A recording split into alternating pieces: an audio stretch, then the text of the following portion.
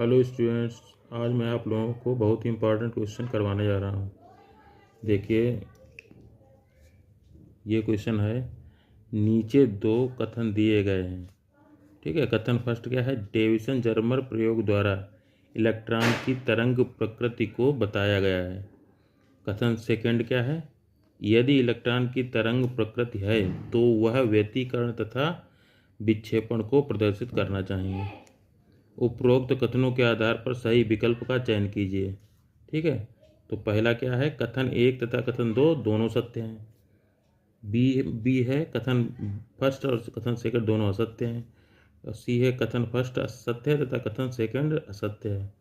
और डी वाला है कथन फर्स्ट असत्य है तथा कथन सेकंड सत्य है।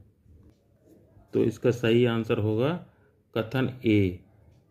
मतलब ए वाला सही होगा, कथन फर्स्ट तथा कथन सेकंड दोनों सत्य, क्योंकि डेविसन जर्मर प्रयोग द्वारा इलेक्ट्रॉन की तरंग प्रकृति को ही दर्शाया गया है। और व्यतिकरण और विक्षेपण ये भी तरंग प्रकृति को दर्शाते हैं, क्योंकि reflection, refraction, diffraction, interference, polarisation ये सब तरंग प्रकृति को दर्शाते हैं। तो इसका सही आंसर होगा ए। ठीक है, और जेईई मेंस 2022 में आया वो क्वेश्चन है ये। और इसके बाद देखिए, दो फोटॉन पुंज की ऊर्जा धातु के कार्यफलन की 5 तथा 10 गुना के तुल्य है। इन दोनों स्थितियों में उत्सर्जित फोटो इलेक्ट्रॉन के अधिकतम वेग का अनुपात होगा।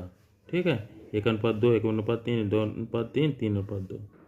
देखिए, इस क्वेश्चन में दिया गया है E1 बराबर 5 इंटू वर्क फंक्शन और E2 बराबर 10 इंटू वर्क फंक्शन। तो E1 क्या हो जाएगा? हाफ एम बी मैक्स 1 का होल स्क्वायर बराबर E1 माइनस डब्लू।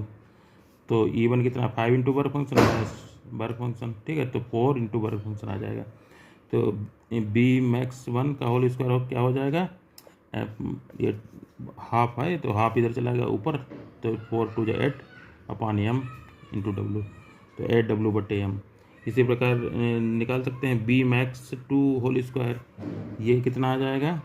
और उसी प्रकार करेंगे तो 10W minus W upon M, तो 9W इंटू 2/m। ठीक है, तो ये आ जाएगा 18W/m। तो B max 1 square upon B max 2 square बराबर 8W/m अपॉन 18W/m। तो ये आ जाएगा 4/9।